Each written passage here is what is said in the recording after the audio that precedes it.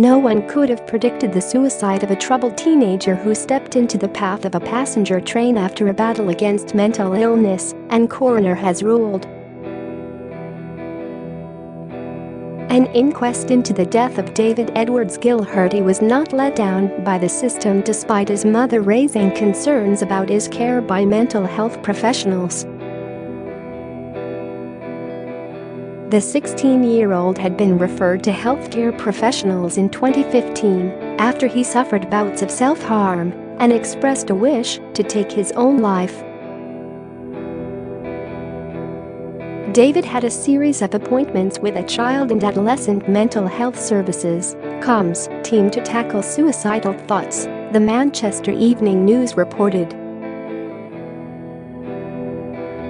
But on October 29, 2016, the aspiring male model went missing as he was due to attend a fancy dress Halloween party near his home in which he dressed up as the Joker from Batman. Soon afterwards he dialed 999 telling the operator, "I just feel you know what I mean. I am going to get run over by a train." Moments later, David was struck by a train traveling on the West Coast Mainline near Wigan. Tragically, his mother, Dr. Lisa Edwards, learned of her son's death over a police two-way radio as officers were asking her about his disappearance, the inquest heard. At the Bolton hearing, coroner Simon Nilsson recorded a verdict of suicide and said, "Each person has their own difficulties and every family has difficulties." David's parents showed a tremendous attitude and described David as a loving son, a special friend and a cheeky and mischievous sense of humor. He made close relationships, he was helpful to others and protective, but life wasn't easy for him, and it wasn't until in his early teens he was diagnosed with learning difficulties.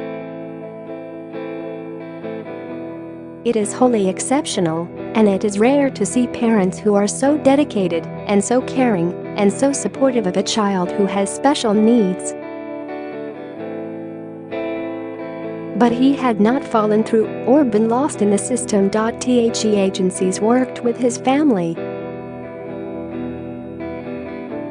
There is always room for improvement with sharing information, but David was not let down by the system. Nobody could have predicted this. Nobody could have processed that he was going to do this, and nobody should be held accountable.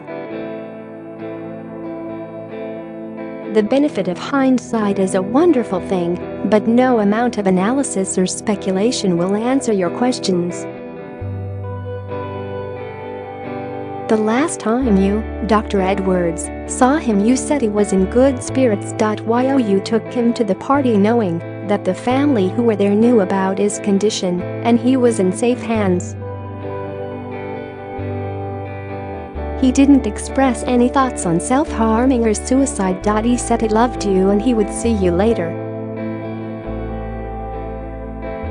At 7:57 p.m. a call was made from David to the emergency services, where he simply said, "I just feel less."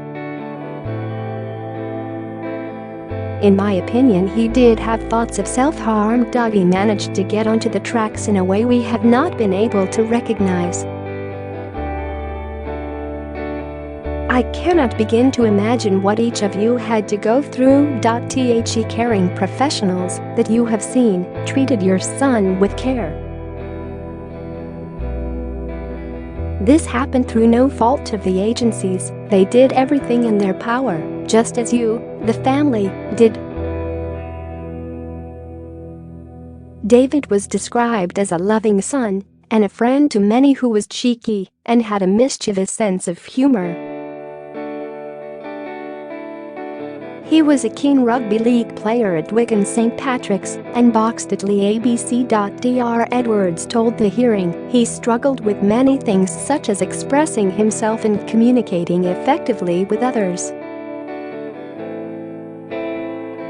He struggled to understand his feelings and had anger management issues. He often misread situations and saw himself as the victim without any rationale. I believe he had the mental age of a child who was 12. He took events personally. The family was actively involved in his life. Family was very important to him. In May 2016, David, of Billinge, near Wigan, went missing and was found wandering on the hard shoulder on the M6 motorway, and during a family meal he stormed out after inexplicably becoming upset with his aunt who was visiting from Rome. In a separate incident, he grabbed his mother by the throat during an argument about him eating too much yogurt and held in police cells overnight. He also falsely claimed on Snapchat he had sold a gun and was a member of a gang and took cannabis and cocaine. Other fantasies he had included in stabbing someone and alleging that he was involved in various muggings. In one incident, David burned his face with heated headphones in his bedroom. During the hearing, Dr. Edwards claimed psychiatrists showed no urgency to admit her son to hospital, despite her concerns that he could endanger the safety of others as well as himself. She insisted he wasn't a violent, drug-using gang member, and I don't want him to refer to like that. It was a fantasy and there was no evidence to prove that he ever did those things. It was all in his head. I believe that he did intend the consequences of his actions that evening, but he was supported by his family always, and we did everything we could for him. Samaritans, 116-123, operates a 24-hour service available every day of the year. If you prefer to write down how you're feeling, or if you're worried about being overheard on the phone, you can email Samaritans at joe@samaritans. Org.Childline 08001111 runs a helpline for children and young people in the UK. Calls are free, and the number won't show up on your phone bill. Papyrus 0800684141 is a voluntary organization supporting teenagers and young adults who are feeling suicidal. Depression Alliance is a charity for people with depression. It doesn't have a helpline, but offers a wide range of useful resources and links to other relevant information. http://www.depressionalliance.org/students-against-depression is a website for students who are depressed, have a low mood, or are having suicidal thoughts. Bullying UK is a website for both children and adults affected by bullying. http://students-against-depression.